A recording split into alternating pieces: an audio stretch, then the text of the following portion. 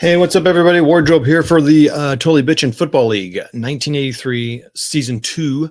Um, talk about what's happened here. So I'll just sum up at the end of week 2. So the favorite team has won all 8 games that have been played so far. So they've been close ones, but everyone has won. So let's go down from top to bottom here to the number 5, Ryan Showboats, going in trying to look for their first win for the season, going to the Milwaukee Triangles.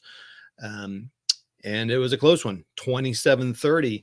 But again, that number 4 seed beat that 5 seed, but again, barely. But the home team won that one. Next game, number 6, Muncie, trying to go in and dethrone the the preseason favorite one, Tulsa Ravens. Well, you can see there it didn't go well, and it was not a close one, 6-20. Muncie does not do that, and Tulsa gets their second win. They are now 2-0, looking strong. Akron, number 2, Akron goes into San Francisco Colts. Colts are currently, based on last year and this year, they came into the season they'd won 1 game at home. They lost their opener last week at home to I'm not going to get that right. Whoever they played, the Milwaukee Triangles, I think.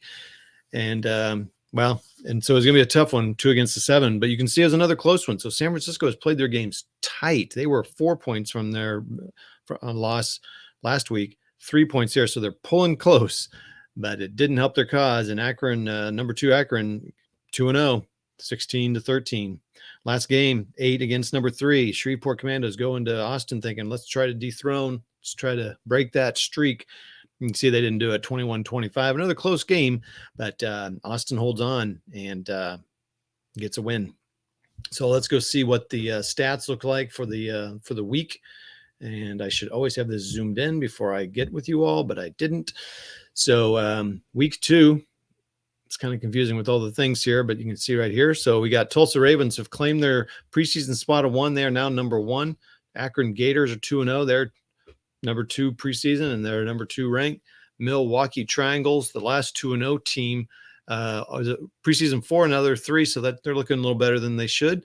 But you can see here within the 3-way tie, so points tied at 6. You go to the away points, all 3 have a 3 away. And that's looking strong. But then Tulsa, just by 2 points, clears it out Akron. So they got first place just by 2 points. So you have to really fight for that to keep Akron off them. And Milwaukee Triangles have 5. Muncie Explosion and Austin Maroons are tied at 1-1, as you can see there. Muncie is performing a little better than expected. They were 6, now they're 4. So right now that's good. Austin, on the other hand, a little bit less. They were supposed to be 3, and now they're 5th. Again, 3 points. Go over here to the away points. Austin's not played an away game yet, and so they don't have that 3 points. But otherwise, they would get it because Muncie is not doing great on the scoring side. The second worst point differential team in the league, right behind Ryan Showboats, or right ahead of Ryan Showboats.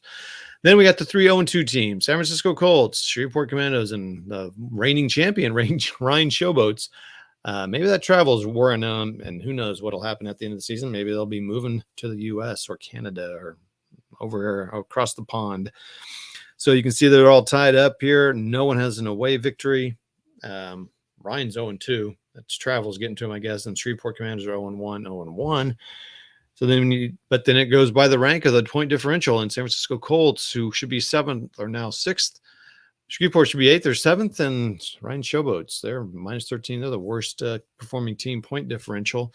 Our 0.4, our offensive leading, and they've actually got a lot too. They've got 50. Their second most leading score, yet their defense is porous apparently, and have allowed the most points. So that's a kind of an interesting little twist. Milwaukee Triangles, there are leading scores with 54 points. And our tightest defense right now, who I thought it would be, that's Tulsa Ravens. They're at 25 points allowed. That's pretty good. They keep that up. That's going to be a pretty good thing for them. But interesting, their level of scoring is pretty low. I noticed that the first season. So I played all these games instant results. I might do that. Maybe I'll play all the odd week games and play out the except for that won't work, because I have a 14th week, so I'll definitely play that. So maybe I should have played I might need to reverse that because I'll definitely want to play that last week because there's going to be I hope there'll be some tight games. So that is where we stand right now.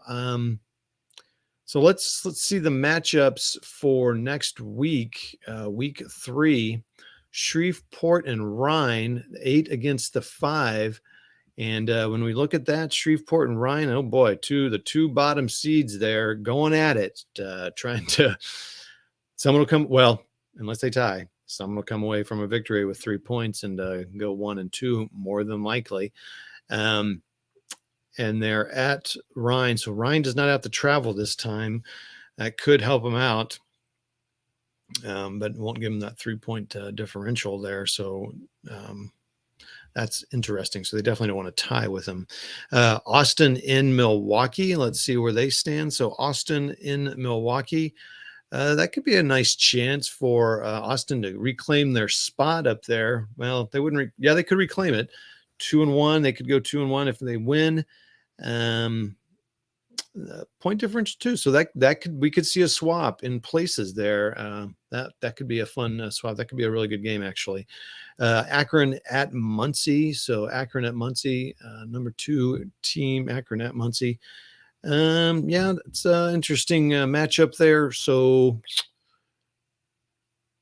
yeah, Akron should win that one. And then we got San Francisco, the number 7 team, going into the number 1 team.